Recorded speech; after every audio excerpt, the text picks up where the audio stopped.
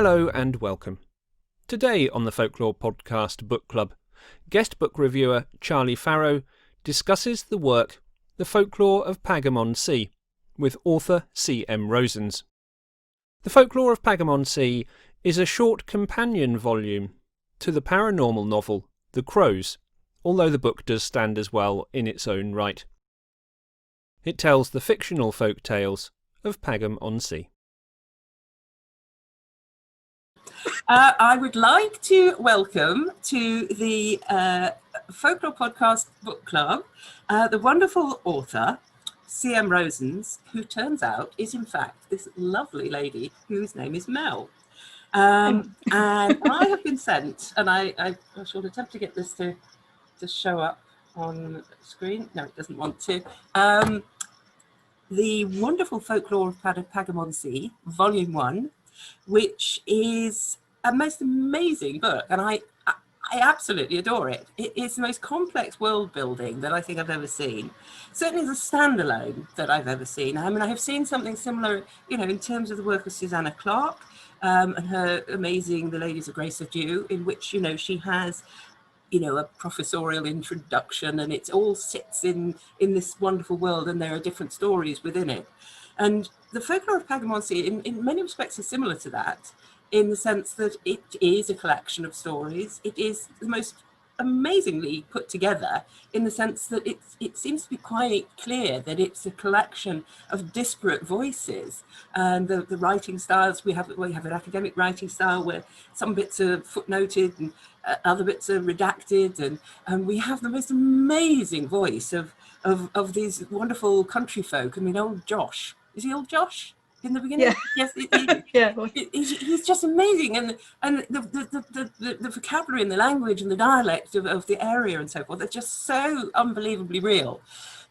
And there is a place called Pagham, but which isn't Pagham on Sea, which is what I was trying to sort of imagine if somebody who's from that area actually got hold of one of these and picked it up, and it is so plausible. And they would actually think this is a real local folklore collection, because it's just unbelievably plausible. And so I've envisaged this sort of outraged people from Sussex writing in their classic green ink and complaining bitterly that they've been duped, that this in fact is the most amazingly complex world building. And I mean, I just felt that it was quite an extraordinary little thing. So I wonder whether Melissa would like to tell us more about how that came about. How, why, and who is Cm Rosens? Come on, tell me about it. Okay, so Cm Rosens is my fictional pen name because I publish under my actual name for my academic work, and that's mainly where the academic collection kind of voice comes from, and I really like playing with that. So that's why I have a separate pen name for my fiction, and I forgot to change it on Zoom before I came into the, the interview, so never mind. Yeah, so I really enjoy folklore, and I wanted to create, and I had this idea for a novel, and it started off in 2013, and it was just a fun gothic murder mystery kind of story, and it wasn't very good. It was just I kind of just bashed it out in a couple of months and put it straight online just to see what other people would think of it, and quite a lot of people really liked it, and I thought, okay, so I came back to it. I totally overhauled the plot. I'd had some more ideas for short stories around the characters, and so I realised I sort of developed it in my head as a whole place and as a whole town.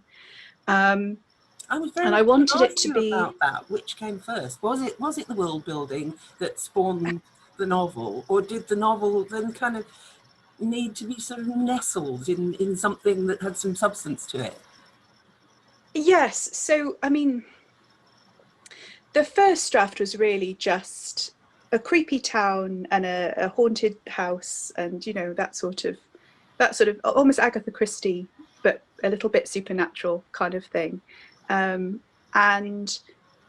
I I think I wanted it for I wanted the novel to be a lot more kind of realistic and contemporary Gothic, I suppose.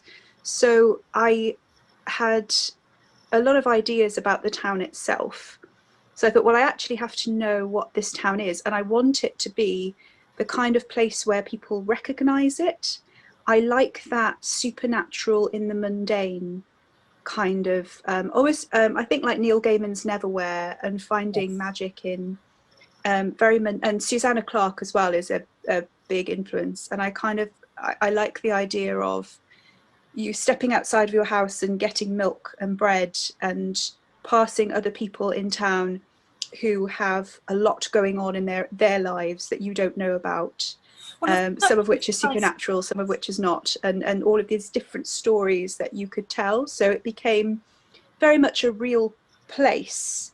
And I wanted you to be able to step into that town and recognize it from somewhere you've been on holiday or somewhere you used to live, or that's what I wanted to do. I wanted to create a kind of a sense of realness. That works very well within this folklore collection, because you're layering things upon each other, so that you see the development of the local myths and legends and so forth, which I think works incredibly well.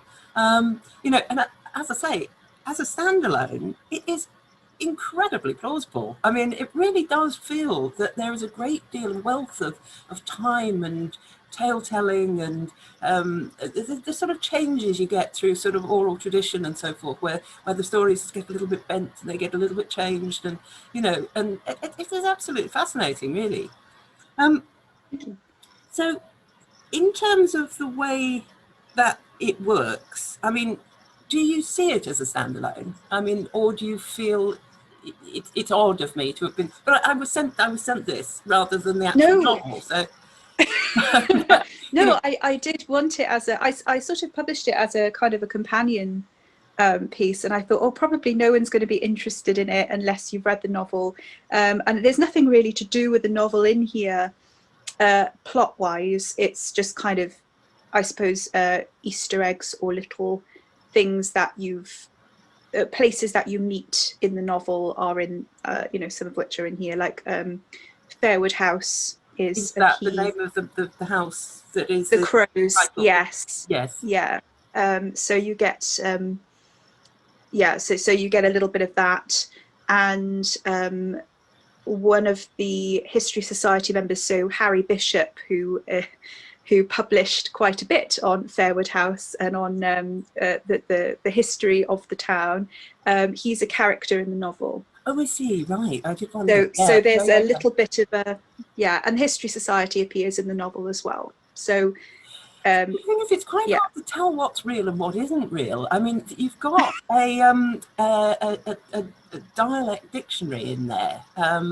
Which, yes, that's real. I'm having a vision that that's actually real. It is real, right? Yes, it is real. It's the melding of it together that actually leaves you a little bit sort of, I don't know, a little bit destabilised. It's like, where are my feet? Are they on quicksand, or are they? Is this, is this just a bit of marsh? Am I going to sort of be gone in a wilderness? Because it really feels very, very difficult to tell where the join is between what you've created in your mind as this wonderful place, and where the reality actually starts to sort of take track. I mean, do you have an affinity with the area anyway? I know it's a fictional place that's supposedly just down the coast a bit from the Pagham that we know, but is it an area that you know? I mean, why did you settle on Sussex?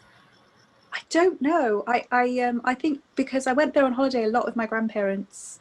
And I live in South Wales, and we come from South Wales originally, but I've always liked the coast. I've always been a coastal creature, I suppose. My husband's from the Isle of Wight, so yeah, it's just it just seemed like the kind of, I think when you so Pagham-on-Sea, I basically dropped it on top of Norman's Bay. So my husband actually took me down there for my birthday in the middle of January, and we went down to the coast for a walk, and it was, and we just sort of looked at all the fields and where the town is definitely not, and sort of decided, you know, basically, well, if we twist the geography a bit, you can imagine, you know, this is where the train line runs, so that's more or less the same. Then there's an imaginary train line that goes to London that just kind of goes around at the top. Is there a sacred well? There should be a sacred well, and it would be where the parish church was, I suppose, the original, you know, 13th century stone parish church, which burnt down in the 1980s or 60s or something. And now they have a nice new building somewhere else. But yes, so there probably should be. And the barrows as well on Barrow Field, I kind of dropped them somewhere, so the long barrows don't exist there really, but I thought, well, they ought to. Well, they should if they don't. Yes, absolutely. Yeah, I'm so tempted. I really want to read the Crows very much now, because I feel like I'm sort of straying into asking you about that, which is sort of blindsiding me a little bit, because, as I say, I wasn't given that to prepare.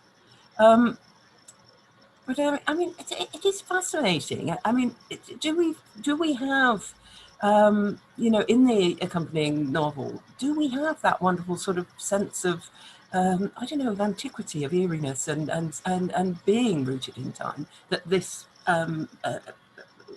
companion volume obviously supports? But I mean, is it there, and is it a sort of tactile thing in the book? It is a little bit. The house itself, I kind of made a point of saying, well, it was built on top of a 13th century monastery that was destroyed in the Reformation, and the only part of it that exists still is the crypt.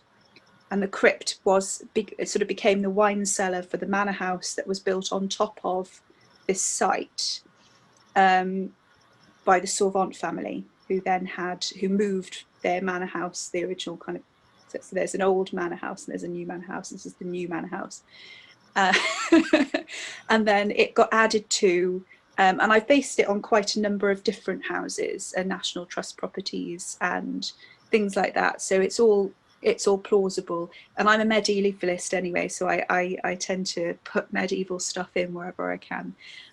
So you've got the idea that the architecture, the outside of it looks Georgian, but inside it's this complete mess of, you know, there's a 19th century extension on the back of it. It used to have that Elizabethan E shape. Yes. And then it got, you know, and then it got a new facade, so it became a square with sort of two shorter wings either side, and it's just been hacked about. And then, you know, the gallery turned into a landing and lots of bedrooms, and you know, as different things got built on top of it and different wings came and went, and you've got the 1920s greenhouse at the back, and it's a ruin that the main character buys at auction and then restores to sort of its, I suppose, that the way it was in the early 20th century.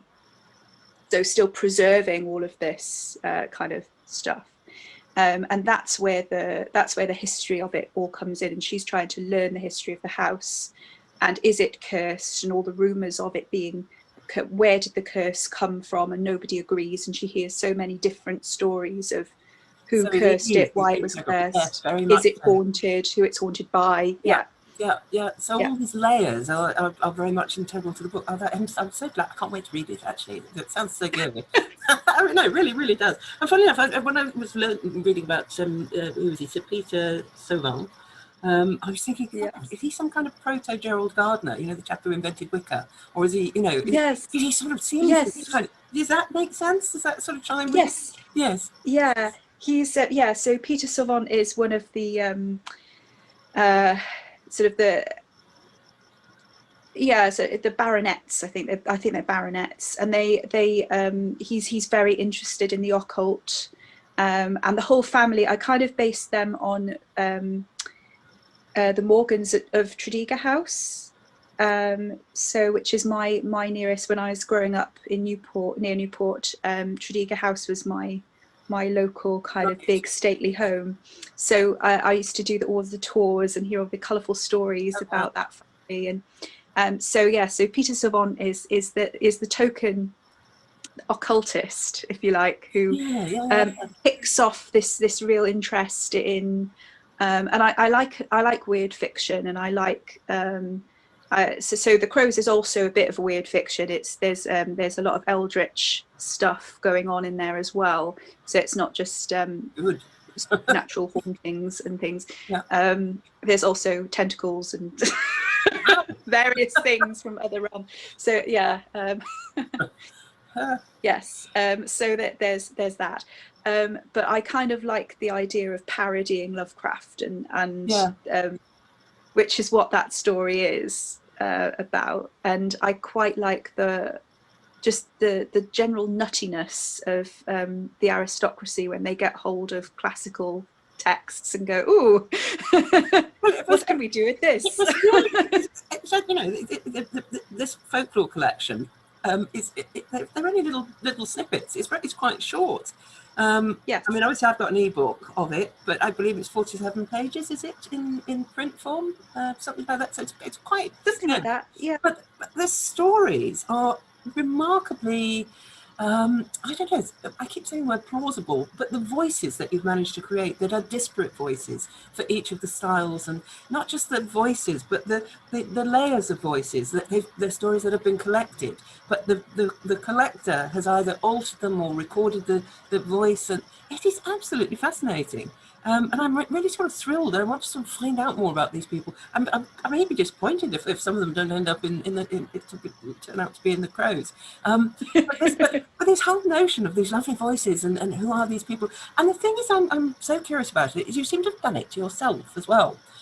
So yes. Who is Cm Rosens when he or she is at home? I mean, have you created I mean, clearly there's a certain amount of persona there, because Cm Rosens is credited at the beginning of the folklore collection with being a member of the Historical Society of Pagham on Sea, which obviously is fictional.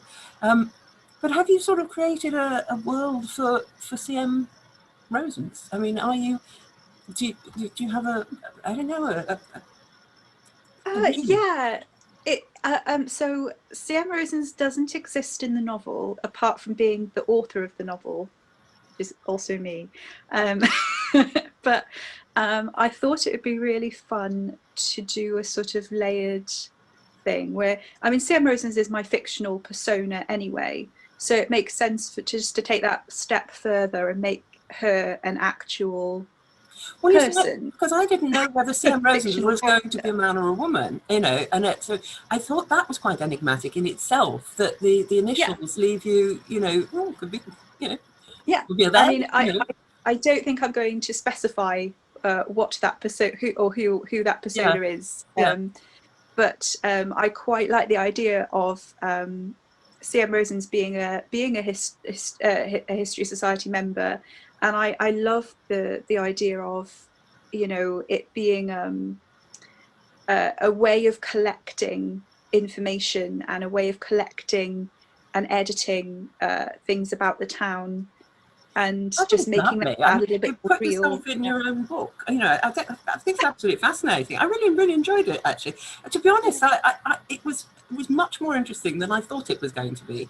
And when I realised that it was this complex world bit, because I'd heard of Pagham, and I'd been there on holidays, a big bay there, and and I thought, oh yeah, well, I know about that, and I didn't know that it was going to be, this incredibly complex building of worlds. And I'm hoping, because it's volume 1, that there are going to be more. Is that something that's on the cards? Yeah, definitely. I did a little bit of a mix of things with this one. So this I did chronologically. So you've got this extract from one of Harry Bishop's history books about the town, which is published by the also fictional University of Basingstoke Press. Needs a university. Yeah. So this is part of my my husband's world building with a band that he was in. So I'm plugging the Thrusting Sensations, which are on Spotify. Yeah. And what kind of music do the Thrusting Sensations perform? If you look at they do sort of it's more kind of, I don't know, like folk rock ballads that they've invented. Cool. And so this is all his fault, really. So he has various personas that are fictional to other personas. Oh, right. In this kind of very Russian doll nested universe. Absolutely, good way of describing it. Yes, absolutely. Yeah. So that's and I borrowed the University of Basingstoke press from that world, really? With permission. So we're doing a little bit of a crossover. That sounds fantastic. I will have to go and look up the Thrusting Sensations because they sound great too. So I can just see them on the posters, you know. Oh, really, the Thrusting Sensations, I'd say. Yeah, it's great. So, is there a second novel on the cards at all? There is. It's a lot more weird fiction than Gothic, I think. It's chronologically about 8 months after the events of the first one, and it follows a particular family that you meet, the Porters, who are instrumental as antagonists in the first book, I suppose. And there's a bit of discussion as to whether one of the characters, Ricky Porter, is the main antagonist of the Crows or not, because he's actually trying to help. But the closest we can come is he's the anti-villain. Right. So he and it's his cousins and him interacting in the second novel. So I can't really say more than that without going very, very off track. And is that it's coming in the near future, or is that sort of something January? Yeah, January 2021, I think. Mm-hmm. if I can get it. Yeah, if I get all my edits and things back by then, but I'm in the stages of revising it at the moment. So well, my mission is now to read The Crows, and I'm rather hoping that they'll let me review The Crows for the Folklore Podcast Book Club, because that would make a great deal of sense to sort of take it to the kind of next stage. I can't wait to read it. Thank you. So anyway, I think we've probably been about our allotted half hour. Yep. So it's been so lovely to meet you, and it's been great to meet you too. Love your world. Anyway, thank you. Thank you. There will be more of it. Bye. Bye. Thank you.